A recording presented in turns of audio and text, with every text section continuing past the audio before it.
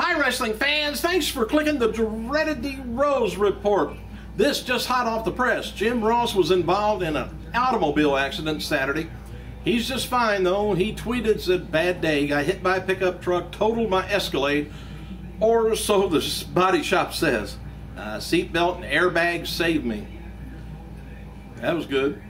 Hey, WWE officially announced that Randy Orton is going to be making his return to SmackDown next Friday's episode. Next week's show, by the way, is the final TV before Royal Rumble.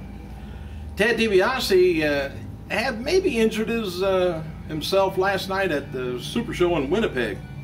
During the match with Intercontinental Champion Cody Rhodes, DiBiase appeared to have injured his arm, and the referee threw up the dreaded "Don't want to see that when you're a wrestler." And DiBiase had to be helped to the back. DJ's Pizza in Winnipeg released the Jericho Pizza in honor of the superstar. Pizza has pepperoni on it and beef, Jericho's favorite. Tugs at your heartstring, doesn't it? Current storyline between Drew McIntyre and Teddy Long that Teddy may fire him after losing another match on this week's Sin City SmackDown. McIntyre lost it to Santino Marella in a blindfold match. If you didn't catch it, WWE website has a new video up with McIntyre where he says he doesn't know how he will save his job before threatening the WWE.com reporter. WWE Hall of Famer Road Warrior, this is kind of strange. Road Warrior Animal recently spoke with WWE website about his brother John Laurinaitis and the current feud he's got going with CM Punk. Animal said Punk is living out the dream that Laurinaitis wanted to, and had the following to say about the potential battle between the two.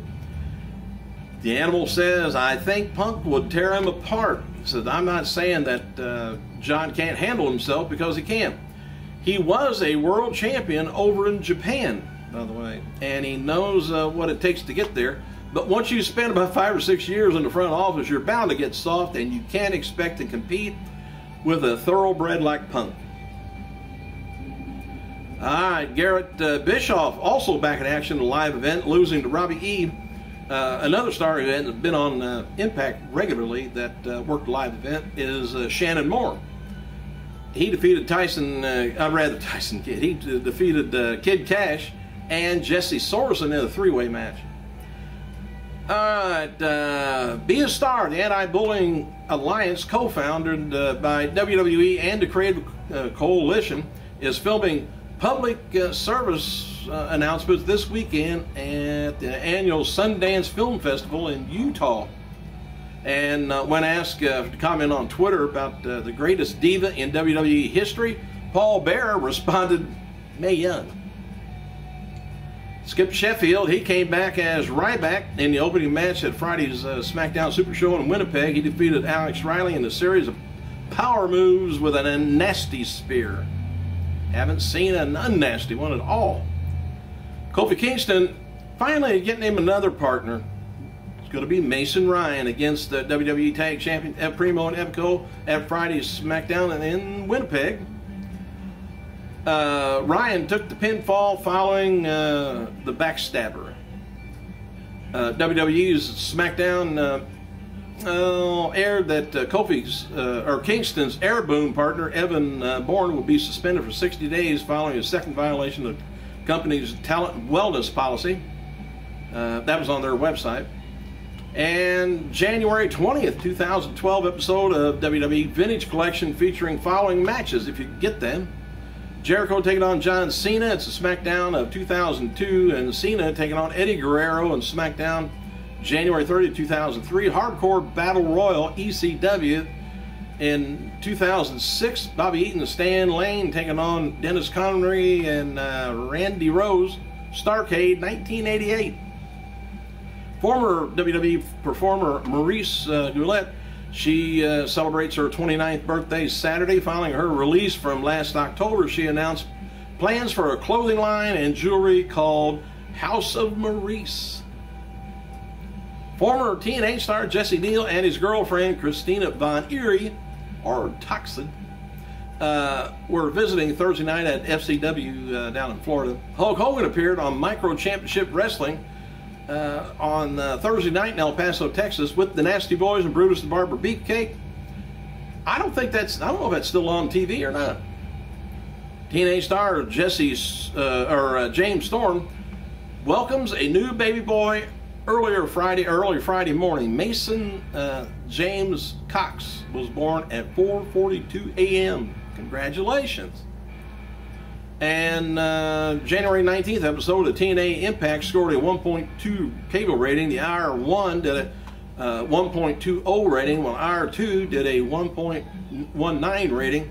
This week's show averaged about 1,068,000 viewers, which they stayed level from the first hour to the second hour, which WWE hadn't been doing that lately. And that's bad when you got the main event at the end of the show. Mick Foley, by the way, told Sam Roberts of Opie and Anthony that he would need about 3 months to get back into ring shape for the return, and would likely happen in the next few months. Foley stopped doing comedy for a while to focus on his WWE return. WWE Studios is acquired. Apparently, Foley has to put on some more weight. That's how I think he gets in shape. WWE Studios has acquired the rights to a horror movie called Bermuda.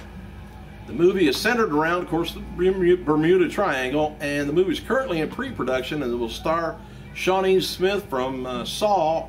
Bermuda is described like this. It's set in the Bermuda Triangle. Story focuses on a documentary film crew that goes missing, and the only trace is the discovery of their film footage chronologically, their final desperate days. Oh, and I haven't heard of any WWE star being in it. E announced WWE a triple threat cage match for the World Heavyweight title to take place 2012 Royal Rumble. Here's the card, by the way, so far. WWE title match is Ziggler taking on Punk. Special guest referee, our wonderful John Laurinaitis. Triple threats cage match for the world title is going to be Big Show versus Mark Henry versus Daniel Bryan. 30-man Royal Rumble match, and Kane taking on John Cena. Hacksaw Jim Duggan, Jimmy Snuka, Sergeant Slaughter were originally on the cast for the WWE Legends House reality show that's going to be premiering 2012 on the WWE Network. That will put the 8 to 10 legends under one roof. Production for the show will begin soon in California. Haven't heard about the rest of the people. Roddy Piper and Gene Okerlund are confirmed for the show. Stephanie McMahon was quoted as saying in Entertainment Weekly that Dusty Rhodes, Iron Sheik will be in it as well. Sheik, I don't think, knew anything about it. Legendary ring announcer Howard Finkel stated on Twitter that former WWE star Pete Gas, remember him, has joined a microblogging website. His account is located at Twitter. I am Pete Gas. During the Friday morning episode of ESPN Sports Center, Robert Flores mentioned that the NWO, while conducting highlights of Los Angeles Lakers versus Miami Heat game. The Heat donned in all-black uniforms, and Flores described as Miami rocking the NWO uniforms in black and white for life. Chris Jericho, he kind of let the cat out of the bag. He watches wrestling, doesn't he? Chris Jericho's NFL quarterback Tim Tebow, baseball player Chipper Jones, and NFL linebacker Derek Brooks are now business partners, believe it or not, co-owners in a D1 sports training and therapy center in Tampa, Florida. The facility focuses on training Division I college athletes.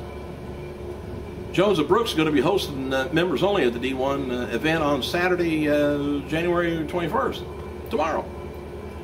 Jericho's going to be hosting on the 28th, and Tebow's going to be members only, looks like, well, it says to be determined. Facility is located on Gun Highway. Citrus Park features 18,000 square foot training space and additional 10,000 square feet for West Chase Sports Medicine and Patient First Family Medicine practice. So in case you hurt yourself practicing, go over there.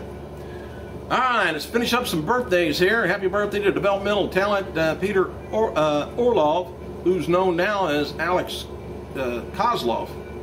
28 years old, and Hall of Famer Ivan Putski, 71 years old.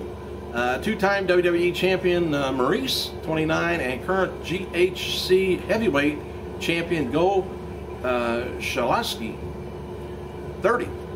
Also today would have been the day of legendary promoter Sandy Barr, 71 years old, and Hall of Famer Arnold Scanlon, 87 years old, and former WCW referee Mark Curtis, 50. Oh, remember that? I think Mark Curtis was the one. He announced on WCW that he had cancer, and he come on there. It was kind of sad, but I mean, let everybody know how he was. All right, on this day in 1985, the wrestling world lost a WWE Hall of Famer, Eddie Graham, 55 years old. Graham began his career competing as a kayfabe brother of Buddy Rogers in the Southern Territories before joining the now famed Graham family alongside Dr. Jerry and Crazy Luke.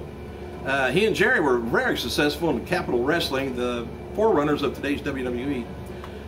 Winning tag team gold 4 times, Eddie left the family in 1960, moved to Florida, purchased the singles career there, pursued a singles career. Although he suffered severe injury during his time there, a 75-pound steel window fell on his head, causing both retinas to be detached and requiring 300 stitches, which kept him out of wrestling for well over a year. I would think forever. But by 1991, he had taken over bookings and promoting, retired due to health problems in 1977. And though he returned for 1 match in 1979, he served as president of NWA from 1976 to 1978, although was often absent from his position due to his health problems, and eventually forced to step down. Even though his health issues, Graham continued promoting the Florida Territory until he took his own life by gunshot after a long battle with alcoholism. Thank you guys for clicking, you guys. I gotta go.